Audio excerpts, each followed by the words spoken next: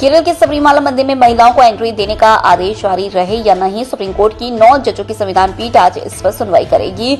मस्जिदों में महिलाओं की एंट्री, दाऊदी बोहरा समुदाय में महिला का खतना और दूसरे धर्म में शादी करने वाली पारसी महिलाओं को धार्मिक स्थलों में जाने का अधिकार मिले या नहीं, कोर्ट इस पर फैसला करेगा। धार्मिक स्थलों पर महिलाओं के साथ भेदभाव से जुड़े ये सवाल पिछले 26 साल से देश की अलग अलग अदालतों में पेंडिंग है। सुप्रीम कोर्ट की 9 जजों की संविधान पीठ आज से 22 अप्रैल तक 50 से ज्यादा याचिकाओं पर अंतिम सुनवाई करेगी। सुप्रीम कोर्ट में 7 अप्रैल की सुबह 7:30 बजे सबरीमाला रिव्यू केस की सुनवाई शुरू होगी। रिव्यू पिटिशनरों और उन्हें सपोर्ट करने वाले 7 अप्रैल से 9 अप्रैल तक, जबकि विरोध करने वाले 14 अप्रैल से 16 अप्रैल तक दलीलें दे सकेंगे।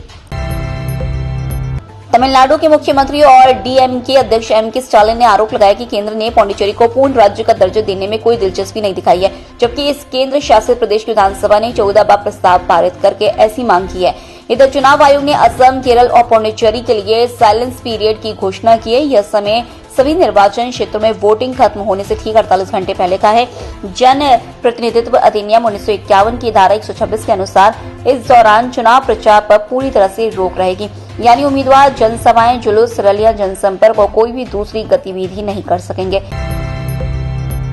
एयर इंडिया के chief executive officer Campbell Wilson ने इस्तीफा दिया है। कई मीडिया रिपोर्ट्स में कहा गया है कि एयर इंडिया ने नए सीईओ की तलाश भी शुरू कर दी है। सूत्रों के अनुसार विल्सन सितंबर में अपना पद छोड़ सकते हैं। पिछले हफ्ते हुई कंपनी की बोर्ड बैठक में उनका इस्तीफा स्वीकार कर लिया गया है। विल्सन को 2022 में एयर इंडिया का सीईओ और प्रबंध निदेशक नियुक्त किया गया था। उनका कॉन्ट्रैक्ट 5 सालों के लिए जुलाई 2027 तक था। रिपोर्ट्स के अनुसार एयरलाइन अहमदाबाद प्लेन क्रैश की फाइनल जांच रिपोर्ट आने के बाद नए सीईओ की नियुक्ति करेगी। एयरक्राफ्ट एक्सीडेंट इन्वेस्टिगेशन ब्यूरो ने 12 जुलाई 2025 को हादसे की प्रारंभिक रिपोर्ट जारी की थी। अंतिम रिपोर्ट जून 2026 में आ सकती है। अमेरिकी राष्ट्रपति ट्रंप की धमकियों को देखते हुए ईरान ने देश भर के युवाओं को एकजुट होने और अपना समर्थन देने की अपील की है। अल जजीरा की रिपोर्ट के मुताबिक सरकार ने कई यूनिवर्सिटी के युवाओं, कलाकारों, खिलाड़ियों और युवा संगठनों से कहा है कि वे 7 अप्रैल को पावर प्लांट्स के आसपास ह्यूमन चेन बनाकर खड़े हो जाएं। इसका मकसद सार्वजनिक इंफ्रास्ट्रक्चर पर अमेरिकी हमले का विरोध करना बताया गया है। इससे पहले ट्रंप ने ईरान को हॉर्मुज खोलने और सीज फायर के लिए 48 घंटे का वक्त दिया था, जो कि आज रात 8 बजे खत्म हो रहा है। अमेरिकी राष्ट्रपति ट्रंप ने ईरान जंग पर सोमवार रात प्रेस कॉन्फ्रेंस की। उन्होंने कहा कि ईरान के खिलाफ अमेरिका की जंग अच्छी चल रही है। अमेरिका चाहे तो पूरे ईरान को एक रात में खत्म कर सकता है। जरूरत पड़ी तो वह रात कल भी हो सकती है।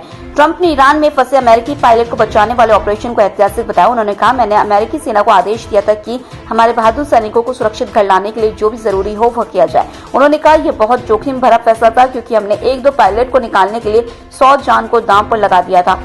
ट्रंप ने इसे हाल ही के दशकों में सबसे खतरनाक ऑपरेशनों में से एक बताया।